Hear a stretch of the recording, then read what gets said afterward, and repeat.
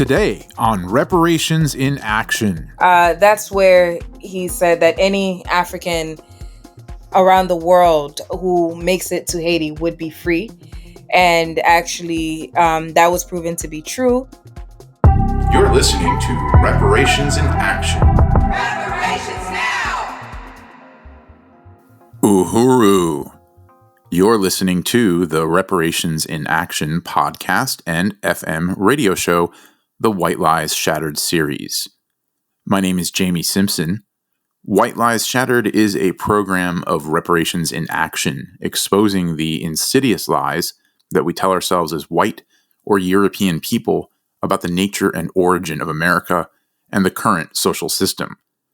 We believe reparations to African people is the key question of our times, and is one that demands action on the part of European or white people.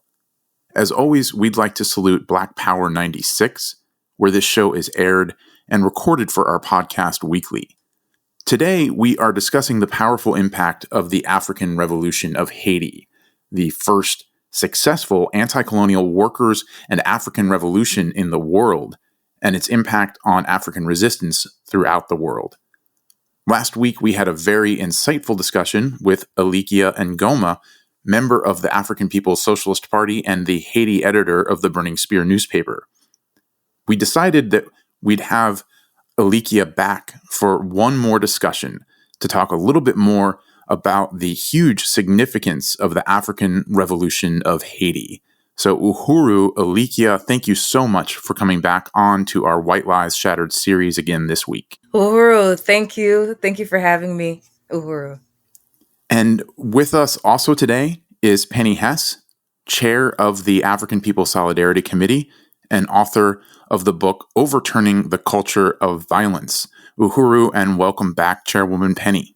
Uhuru, it's so great to be here.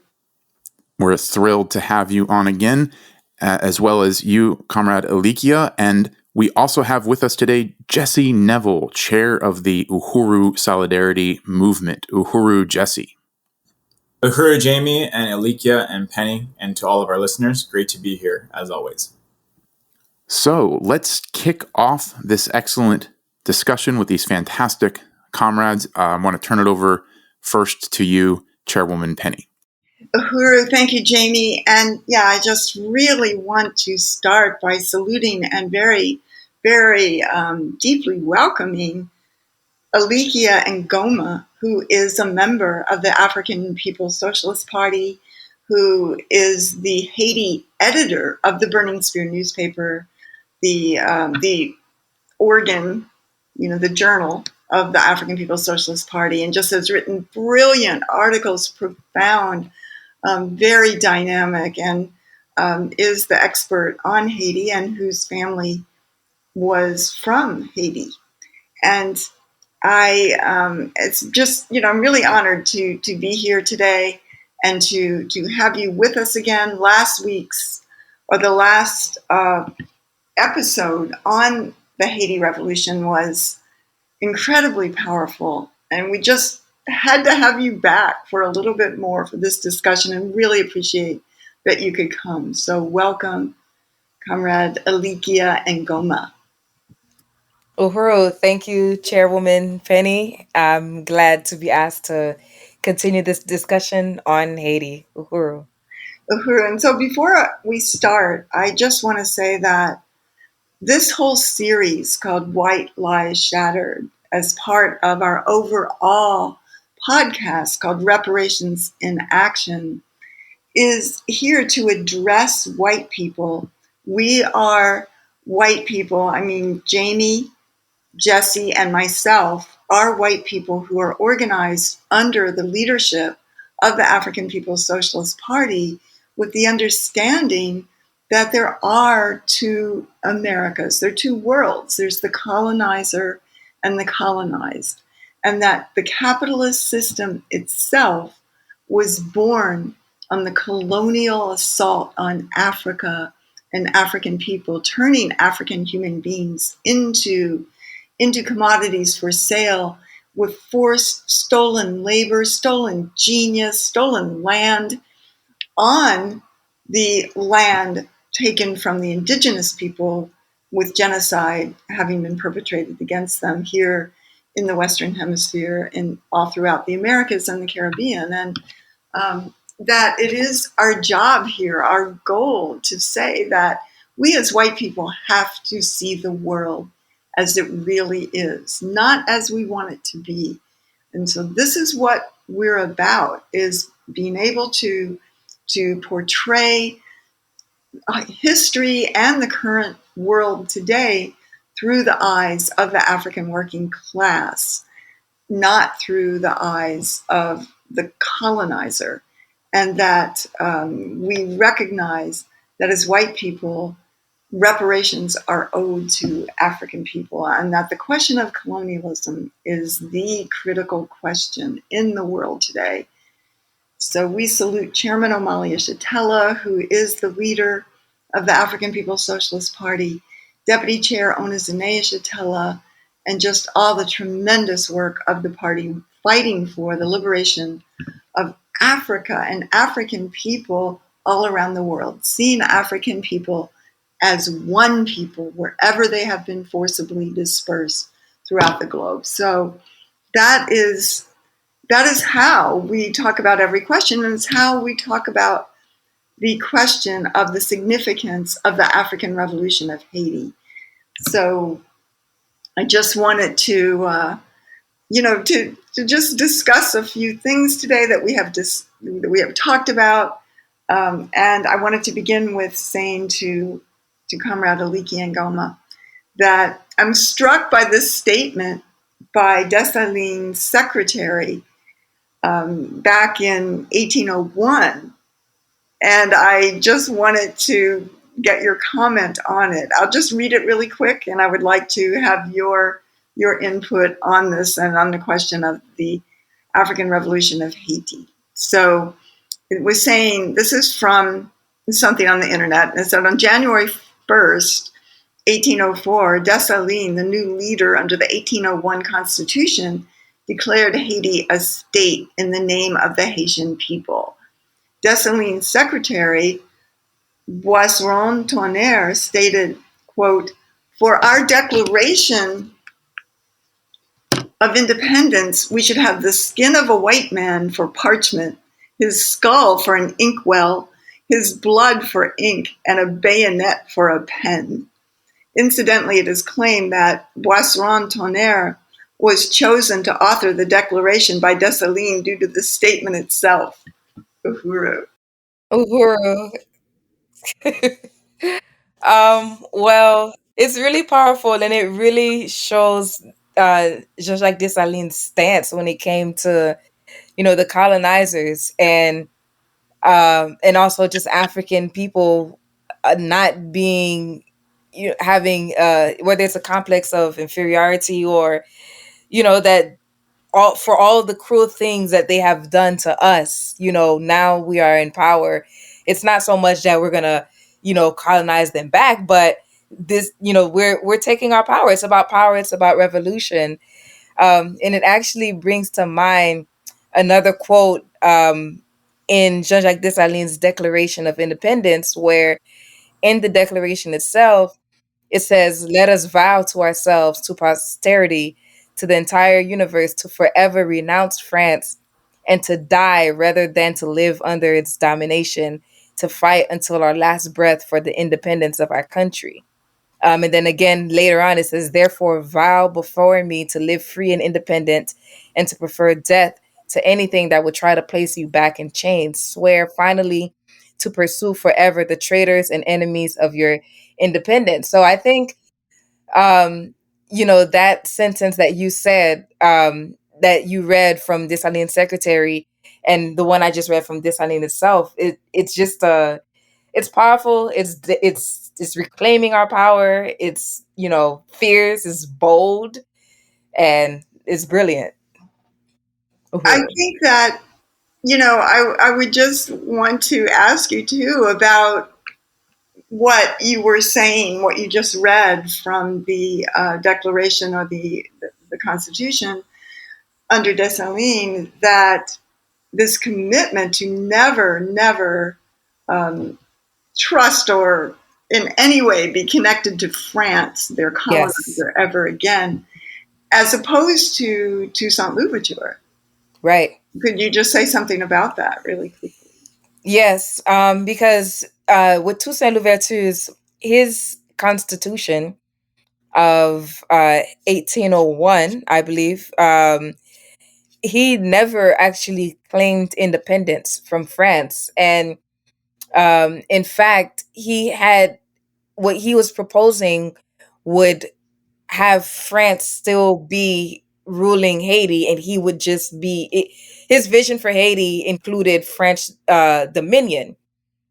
And so he said that Saint Domingue in its entire expanse, and Samana, La Tortue, La Gonave, Le Caïmite, Ile La Vache, La Soane, and other adjacent islands form the territory of a single colony, which is a part of the French Empire, but ruled under particular laws. And he saw himself as like being like a, you could say, a neo-colonial um, force, but under French leadership. So that is a sharp difference between Toussaint Louverture and Jean-Jacques Dessalines. Yes, and that was to prove to be the downfall of Toussaint. Could you just tell that story really quickly? Yes. I actually explained a little more in my article for the Burning Spear, Lessons from the African Revolution of Haiti, Part 2. The African intelligentsia must fully commit class suicide. Toussaint Louverture was a very brilliant person. He was always seen as a very, like, from his youth, he could read, he could write, he spoke French. And in terms of as he got older, his military expertise, he was very sharp. He was a very brilliant person and good at orchestrating how, a battle would be carried out. He trained a lot of the Africans who would be in the armies. He also provided some training to Jean-Jacques Dessalines as well. But Toussaint believed that because of his brilliance and his expertise, that he would be seen as equal to French soldiers and other French leaders. And he did not have the same kind of understanding that Jean-Jacques Dessalines did, that all colonizers and colonial forces must go. And so at one point, the French proposed a meeting with Toussaint Louverture, and it would take place on a ship. And Jean-Jacques Dessalines warned him. He said, "Don't go on that ship." And Toussaint Louverture did it anyway. He got on that ship, they sailed away, and they locked him up in a prison on top of a French mountain where he froze. He froze to death, and they just say he died of pneumonia, but he died at the hands of the French. And I would like to say that after him being in that prison, he did eventually, although it was too late, he did eventually realize that Dessalines was correct, and he wrote back to Dessalines, and he said to burn everything down. So he finally came to the right conclusion. But if we did not have a Dessalines already, then that would have been the end of the revolution right there, because that his own class interests sacrificed the goals of the African Revolution in Haiti. I mean, it is so profound. I mean, this is 1801, beginning in 1791. Just the whole class question that the African People's Socialist Party and African internationalism and Chairman Omali Shatella, the whole class question that the chairman is still raising today, that the class question in the whole world is located in the colonial question, it was played out in that revolution so clearly. And, Yes. just as so typical, and still happens today, that the victory of the African Revolution of Haiti under Dessalines was brutally attacked by both France and the US, and that Thomas Jefferson, and even under George Washington, that they were putting hundreds of thousands, even to $750,000 into the hands of the white French plantation owners and other Africans who would side with them, to be able to, fight against this incredible African working class led revolution that the world has never seen anything like it today. And when the African People's Socialist Party says complete the African Revolution, that's, they're talking about Haiti. They're talking about African resistance over the years. My question is that, as always, even today, writings on, that you would read in history books, etc., would call Dessalines a dictator. And that, in fact, Dessalines was assassinated by a sector of the petty bourgeoisie, but probably backed by colonial power. So just say something about that. Yes, they call it the genocide of white people in Haiti.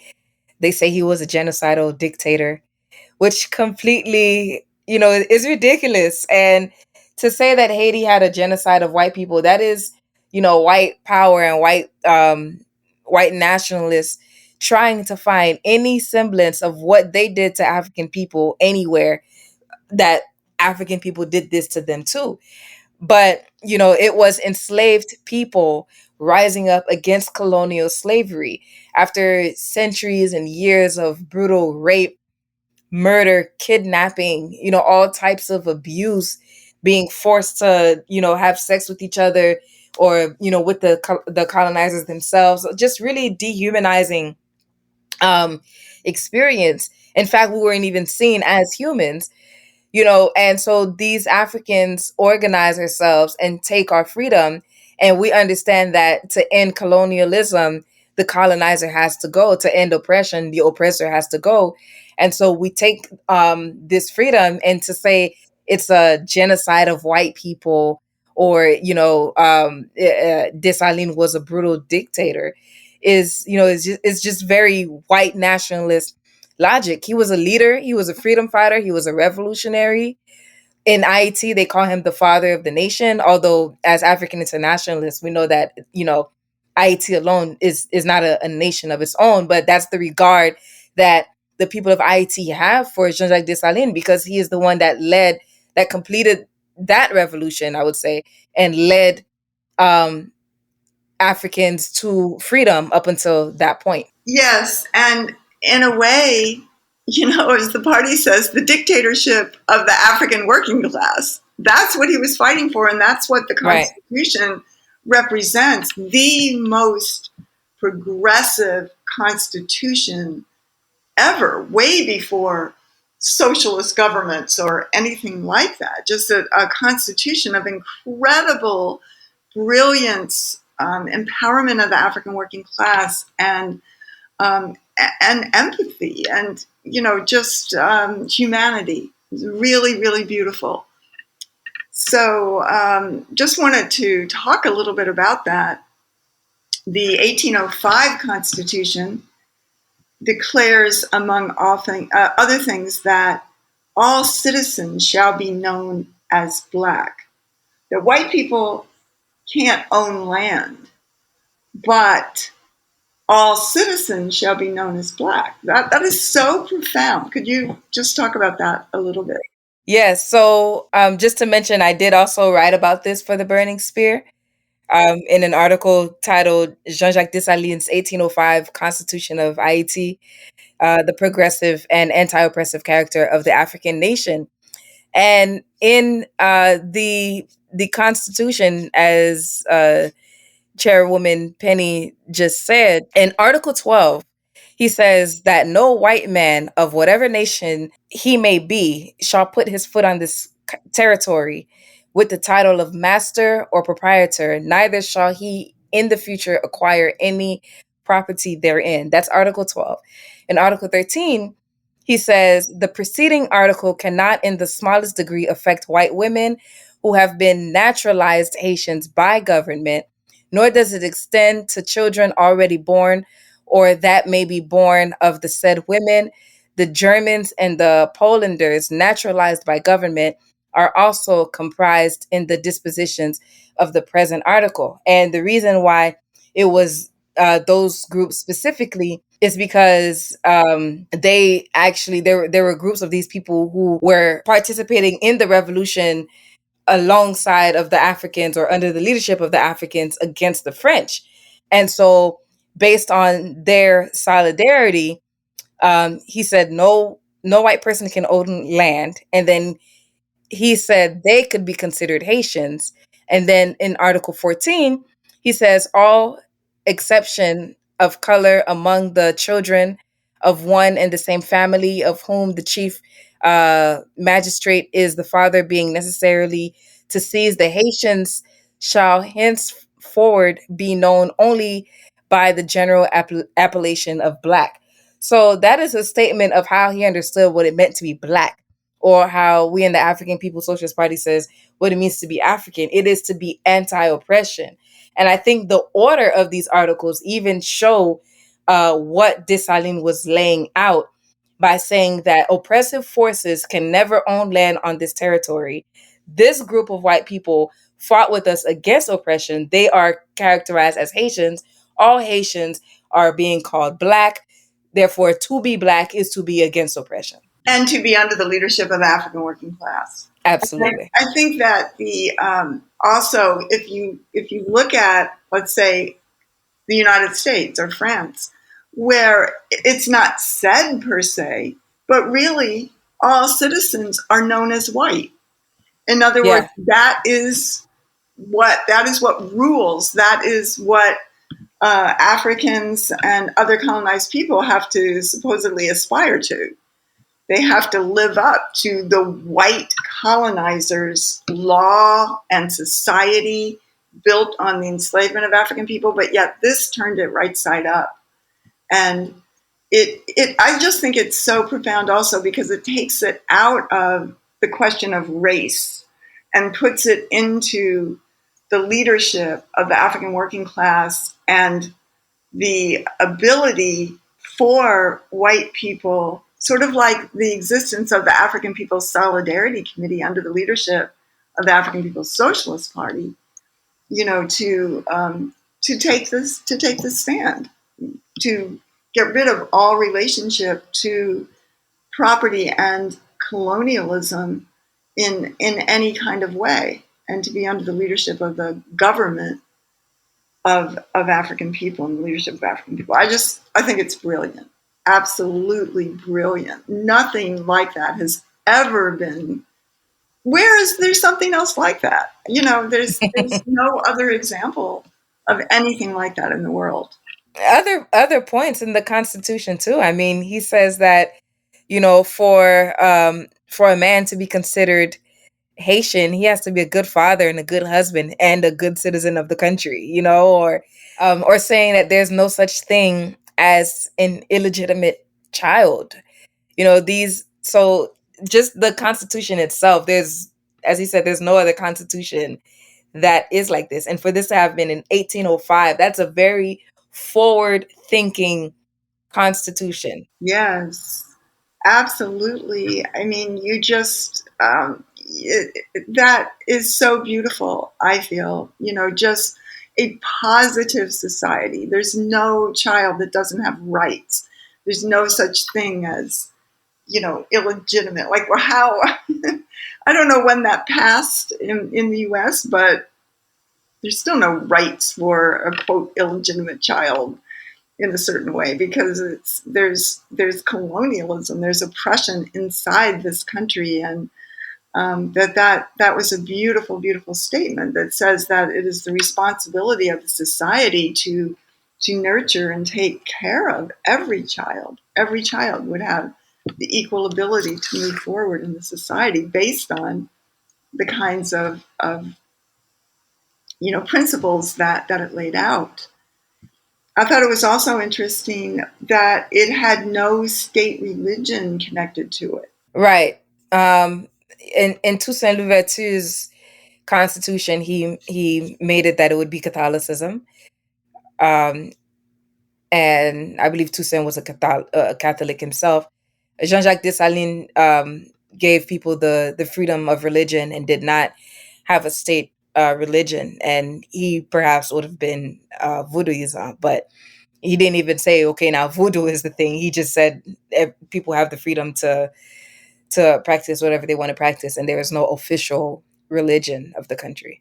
And also the question that Africans and other people, Africans from the US, enslaved and oppressed people anywhere in the world, what did it say about them? In his January 14, 1804 proclamation, that's where he said that any African around the world who makes it to Haiti would be free.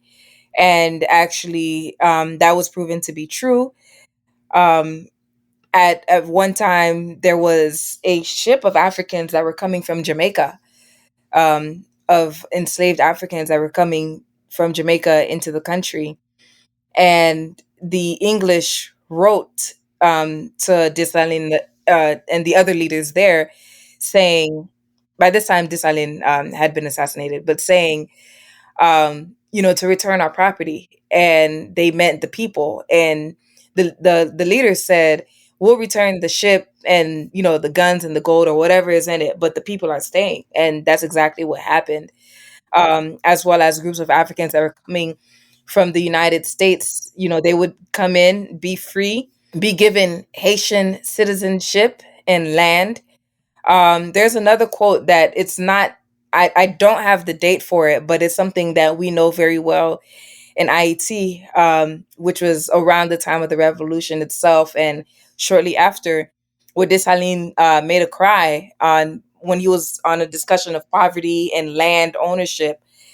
He said, "And the poor blacks whose fathers are in Africa, will they be left with nothing?" And of course, following that statement, we've seen how he addressed the question of land and work and own and Africans owning things in Haiti. So I think that's a powerful statement. And I also want to say this was after Dessalines, but during the um, the German Holocaust, the Holocaust of Jewish people, the government of Haiti actually gave Haitian passports to a few hundred Jews, gave them Haitian passports to come into Haiti to flee the Holocaust. So that's just a question of Haiti always being a place of standing up against oppression, and of course now we see that these leaders are united with oppression as they are neo-colonial leaders, but the Haiti and what it represents in the revolution, it's an anti-oppressive place, and that's what Africa and African people are, anti-oppression. So I just wanted to say that as well. Yes, yes, very, very profound. And I think that I've heard Chairman Omali Yeshitela make the point that white people uphold things like the Paris Commune and other kinds of European-led movements. But this is the true revolutionary movement. This was the first workers' revolution successful. It was the first anti-colonial revolution. It was the first enslaved African revolution that gained state power and influenced the world. It was just profound and electrifying to see African people, and it scared the colonizers to death. It was really profound. And just to say that also that, of course, France owned what was called the Louisiana Purchase in the United States, and the defeat of the French army, which at that time was the most advanced, biggest, best, strongest colonial army in the world at the time, was so great. The defeat was so great that Napoleon couldn't fight anymore, and he couldn't wage war with the U.S. to fight for the Louisiana Purchase and defend it. And he just gave it up, and the U.S. bought it for around $15 million, and it was a huge swath of, as we said, of land in the middle of the U.S. So the U.S. would have had to go to war for that. It just shows the power of this. It's so underestimated. It was it was an electrifying victory of African people, and it was brilliant, incredibly brilliant. Back, more than 200 years ago. Uhuru. Yes, I also want to say, not only with that, because that was the final army that was, or the final European superpower that was defeated by those Africans there. Before that, the first two were defeated under Toussaint's leadership. They defeated the Spanish and also the British. So three in total. Really, so typical. Just had to fight every colonizer. That was there, and the I think it's also really important to say how they defeated the Napoleon's army, and it was being led by, wasn't it Napoleon's brother-in-law or something? I mean, it was the top general that was related to.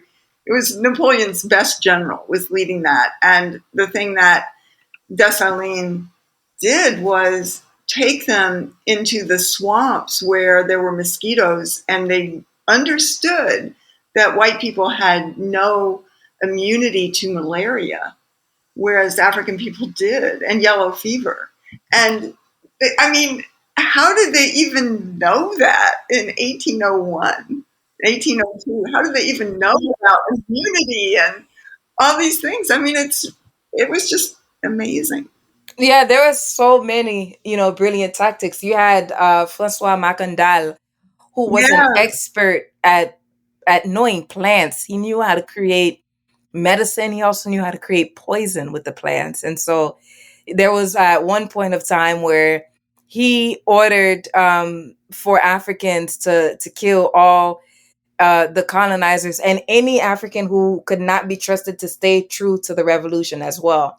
So that was, because you're talking about 12 years of struggle, 12 years of strategy, of organizing. So you have that. You also have Dessalines, who was very much a believer in retaliation, in exact retaliation. So when the French general Rochambeau ordered, the murder of 500 Africans, Dessalines ordered the murder of 500 colonial enslavers, and for number, So you had all of these different tactics and strategies that were being used throughout this 12-year process.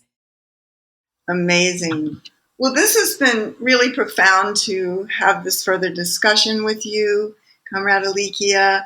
And we're going to take a little break now. And when we come back, we will continue the discussion. But we want to talk about how the African Revolution of Haiti influenced African uprising and world revolution, really, throughout, especially throughout the Western Hemisphere.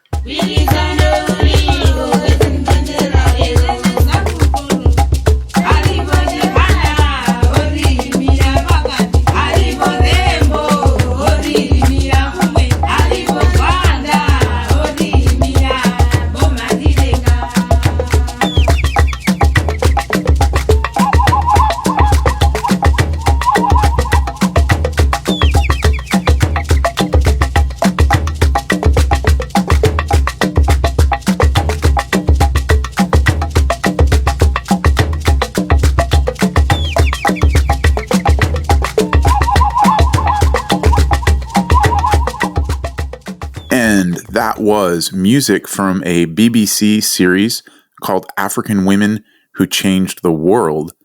The video was produced and edited by Kat Hawkins and is called Dahomey Mothers.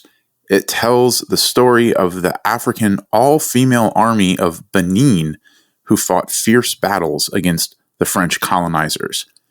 And as Chairman Omali Yeshitela has always said, African resistance began when the first white person came into Africa and made an African do something against their will. Uhuru. Yes, that is powerful music, and that's a powerful series. If anybody can check that out online. And again, it's great to be back to continue our discussion with Elikya Ngoma, the editor for Haiti, the Haiti editor of the Burning Spear newspaper, under the leadership of the African People's Socialist Party and a member of the party. So it's great to have you back. This has been an incredible discussion and so much powerful history so far.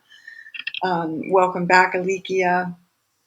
And, just some of let me just say, first of all, that everything that I know about history comes from the African People's Socialist Party. There's no way that I would be able to, on my own, see the world through the eyes of the African Revolution. I have learned everything from Chairman Omali Shatella, from the political theory of African internationalism, which turns the world right side up and lets us see how things got to be the way they are, and just exposes us to the world as seen and experienced through the African working class and colonized people here and around the world. So it is from this leadership that I have learned about the incredible history of African resistance and how there are African resistance fighters, as the chairman said, from the very moment that white people came in and attempted to enslave and kidnap and terrorize and rape and pillage Africa and African people from the 1415, when the Portuguese first sent white invaders there into Africa. African people have fought back and fiercely done so. And there were African men and women, as we just saw, what the series was talking about. There was not only the African mothers of Dahomey, there was Queen Nzinga of Angola, who led a whole army that fought the Portuguese in the 16th century. There was Queen Mother Ya Asantewa, who fought the British colonizers in Ghana, and so many other examples of African men and women who have fought for and fiercely defended African independence and fought to kick out, destroy, get rid of forever, and wipe out off the face of the earth colonialism and the white colonizers coming in and stealing African human beings and the resources and land of African people. Uhuru, yes, I unite with that, and that is absolutely correct. And as he said, Chairman Omali Shatella, who leads the African People's Socialist Party, makes it clear to say that African people have always been resisting, because, there between the media and just general white education, they often try to make it seem as if we are not always resisting against colonialism, as if we just accept these things, or there's a lie that we sold ourselves into slavery, that the question of the happy slave, just all of these, caricatures and just false narratives. Um, but the truth is that we have always been resisting. And then in a place like Haiti itself, where Haiti was often the first stop, um, along the line. So there were constantly Africans who have a very vivid memory of being free, who they themselves were kidnapped, as opposed to being children of the kidnapped. So that resistance was very strong, and then there was always this continuous drop off of newly kidnapped, newly enslaved Africans there. And I also want to say that at the time of the revolution, 2/3 of the Africans who made up the army of the African Revolution in Haiti were born in Africa themselves. So, um, Wow. so that that is also a powerful statement as well. Wow, that is such an amazing point. That's really powerful. And I just wanted to say, yeah, like you were saying, there were so many rebellions all the time. In fact, Yes. I read once that the major cause of death for white people that owned, quote, slave ships and went to Africa to kidnap African people, the major cause of death was resistance from African people. And so that's where, Yes. they had insurance and Lloyd's of London that became $1 trillion industry that it is today, started with that. And just this brutal reality of turning African human beings into commodities for sale. And some of the things like the Wolof Rebellion were Africans in, I guess it would have been Saint Domingue or Haiti, from the very beginning. Those were rebellions of African people against the sons of Christopher Columbus. So it's just all the way back to the beginning. And some of the Yeah, other. it would have been Oh, that's right. Hispaniola, which was the name that Christopher Columbus gave to the island. The island was called Haiti Quisqueya Boyo by the original Taino inhabitants, and it was named to Hispaniola. And at the end of the revolution, Dessalines changed it back to Haiti. And that is a beautiful thing that they named it, the Africans named it after the indigenous people who had genocide committed against them. That is just internationalism right there, in a deep way. So it's very profound. Uhuru. Yeah, this is Jesse. I just really want to appreciate this whole discussion so far, and Elikya and Penny and everything that's been summed up. And the whole history is so powerful to learn about, and it is something that is really not taught, in a Western or colonial education.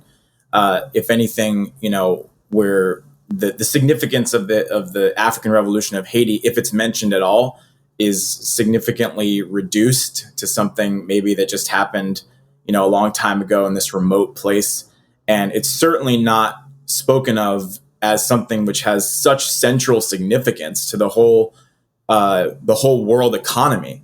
And I think that's something that I'm really taking away from this whole discussion, that the African Revolution of Haiti wasn't just a struggle that overturned colonialism or the slave master in Haiti. It was something that rocked the foundation of the whole parasitic capitalist world economy. Because, as Chairman Amale Shatella has explained, capitalism is a world economy. The colonial capitalist system existed as a world economy resting on the foundation of the enslavement and colonization of African people. So for this African revolution to succeed is something that obviously had serious reverberations throughout the whole world. And also just the point that you were both making earlier, that Haiti is the African Revolution of Haiti, as the chairman says, was the first successful workers' revolution and revolution against colonialism and successful revolution of enslaved people. And that never gets spoken of. I mean, you hear not only about the Paris Commune, but also even the Russian Revolution. These examples are upheld as the historical models of worker struggle or of class struggle, but the African Revolution of Haiti was the real thing, and as the chairman says, the class struggle is in the colonial struggle. So not only was it the first successful workers' revolution, it was the first real workers' revolution, because the African working class is the real working class in the whole world. So Yes. This is just a really powerful discussion, and just really appreciate all that's been put forward so far. Yes, great point. I think that it's, the chairman has laid out that colonialism and African workers are the, quote, mode of production for capitalism. And that to think about the mode of production of the whole world, the greatest commodity that existed were African human beings at that time in the world, the basis for the entire massive wealth of Europe and the US and white power and colonialism created and won a revolution. I mean, that is just, and it was a revolution of incredible humanity and and leadership, so profoundly. So, yes. And one very important rebellion that we see that was under the influence of the African Revolution of Haiti was called Gabriel's Rebellion. In 1800, he was enslaved on the Prosser plantation. He's actually often known as Gabriel Prosser. This was in Virginia, and it was a rebellion that was very much inspired by the African Revolution of Haiti. Gabriel sought to raise an army of 1,000 Africans who would march to Richmond with the slogan, "Liberty or Death," and take the armory and the governor hostage. And he had 25 other African people who were hanged for this courageous planned resistance, which was unfortunately defeated before it could spread something like the Haitian Revolution to this area of Virginia and possibly beyond throughout all of North America.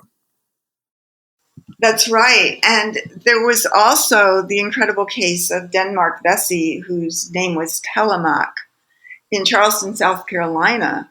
And the resistance, the really revolutionary movement that was being built by Telemaque was totally inspired by the African Revolution of Haiti.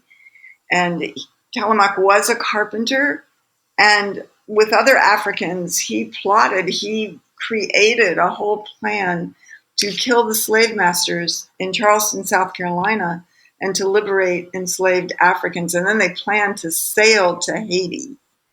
And, his plan was crushed, but it was a brilliant plan and a very bold and courageous plan for Africans from the U.S., enslaved in the U.S., to be able to join their comrades in Haiti. It's also worth noting that Telemaque was involved with the Charleston, South Carolina AME Church, which is the same church where the white nationalist Dylann Roof shot and slaughtered 9 African people just a few years ago.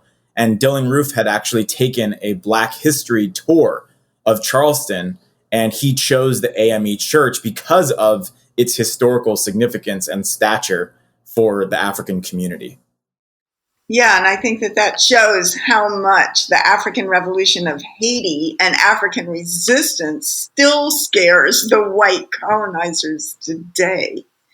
It totally freaks them out. And for Dylann Roof to have chosen the AME Church of Charleston, South Carolina, which is one of the oldest churches in the United States, was just vicious, white nationalist violence, fighting for the continuation of colonial domination of African people, which is not possible to do because African people are resisting, they're organizing, and they're winning.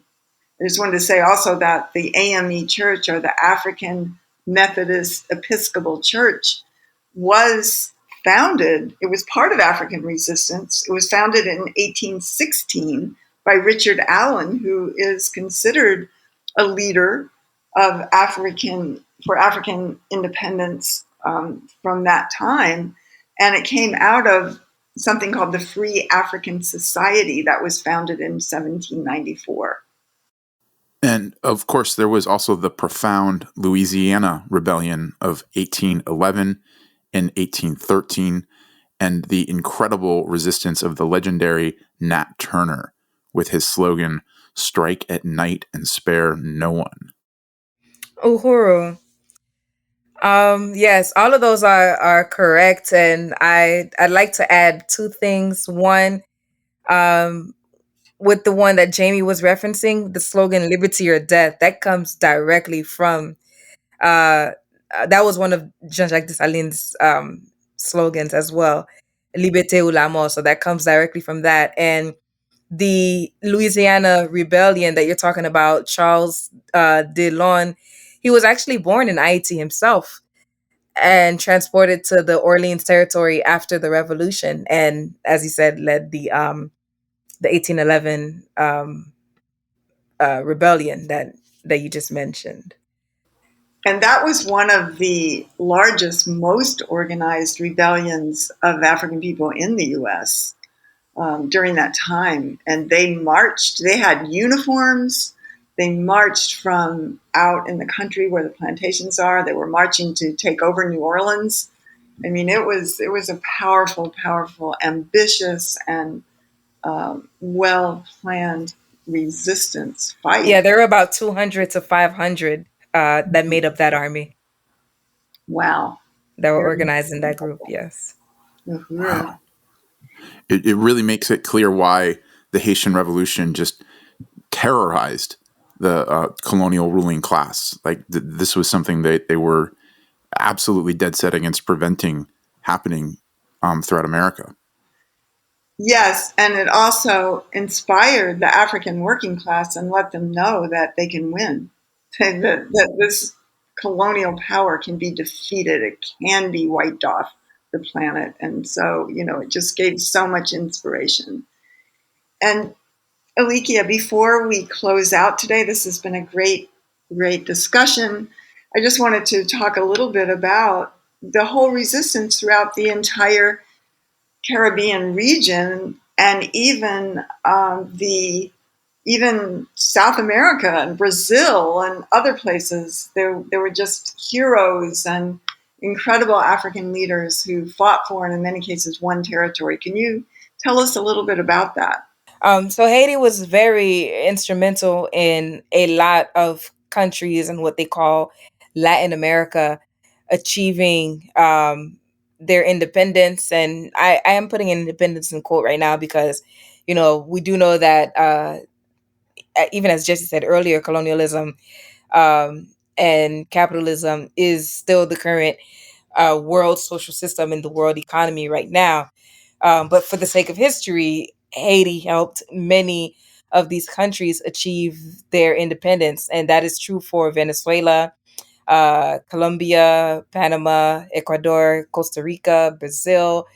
In fact, one of the ways you can tell with some of the countries, although not all of them did it, when you look at the flags of Colombia, Ecuador, and Venezuela, you can see that besides the yellow that they have blue and red, and the blue is on top of the red, which is just like the Haitian flag, where you have the blue on top of the red. And so those were their way of recognizing what Haiti has done for them to achieve their independence at that time. So it's right there on their flags. And I do want to say just a little bit about Venezuela in particular, with as far as the Bolivarian revolution, where Simon Bolivar went into Haiti, and during their stay,